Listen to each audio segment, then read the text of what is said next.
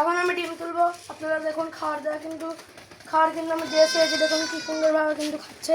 আর পাখিগুলো এই যে দেখুন, এই যে খাচ্ছে কি সুন্দর করে। এখানে 25টার মতো পাখি আছে, এই যে খাচ্ছে কি সুন্দরভাবে। এই যে দেখুন খুবই সুন্দরভাবে খাচ্ছে, খুবই সুন্দর লাগছে। এখন আমি ডিমগুলো তুলবো, অনেক ডিম পেড়েছে।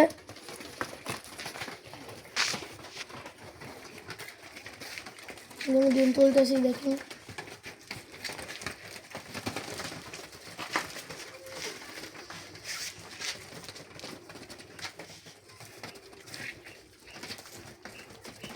এই যে ডিমের জায়গায় আছে অনেক ডিম। কোয়েল পাখিকে সবসময় পরিষ্কার জায়গায় রাখার চেষ্টা করবেন, কারণ ওই কোয়েল পাখি পরিষ্কার জায়গায় থাকে, নোংরা জায়গায় থাকে না। যে পরিষ্কার রাখবেন সবসময়, যে আমার তাহলে ডিম তুলতে অসুবিধা হবে না। ডিমে অনেক সময় পটি লেগে থাকে, মল লেগে থাকে, লেগে থাকতে না। ডিম তোলার একটা বানিয়েছিলাম, ওইটা ভেঙে গেছে। আর একটা ইন্টারেস্টিং বিষয় দেখুন, আমার এই কোয়েল পাখির খাঁচার নিচে কিন্তু আমার বরকির বাচ্চা ঢুকে পড়েছে, ছাগলের বাচ্চা কিন্তু ঢুকে পড়েছে। এই যে দেখুন মেয়া করছে, খুবই সুন্দর লাগছে কিন্তু দেখে। আর এখানে রয়েছে কিন্তু খুবই সুন্দর লাগছে, আর এটা দেখে ঢুকে গেছে। আর এই যে আমার কোয়েল পাখির ডিম প্রায় কিন্তু তোলা শেষ। এরকম অনেক ডিম পেড়েছে এই জায়গায়। ওই জিনিসটা নাই, তার জন্য তোলা ভালো হচ্ছে না। এই যে আপাতত এগুলাই তুলি, পরে ওই জিনিসটা বানিয়ে তুলবো।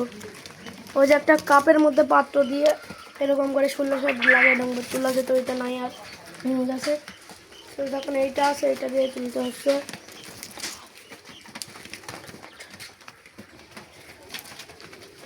ডিম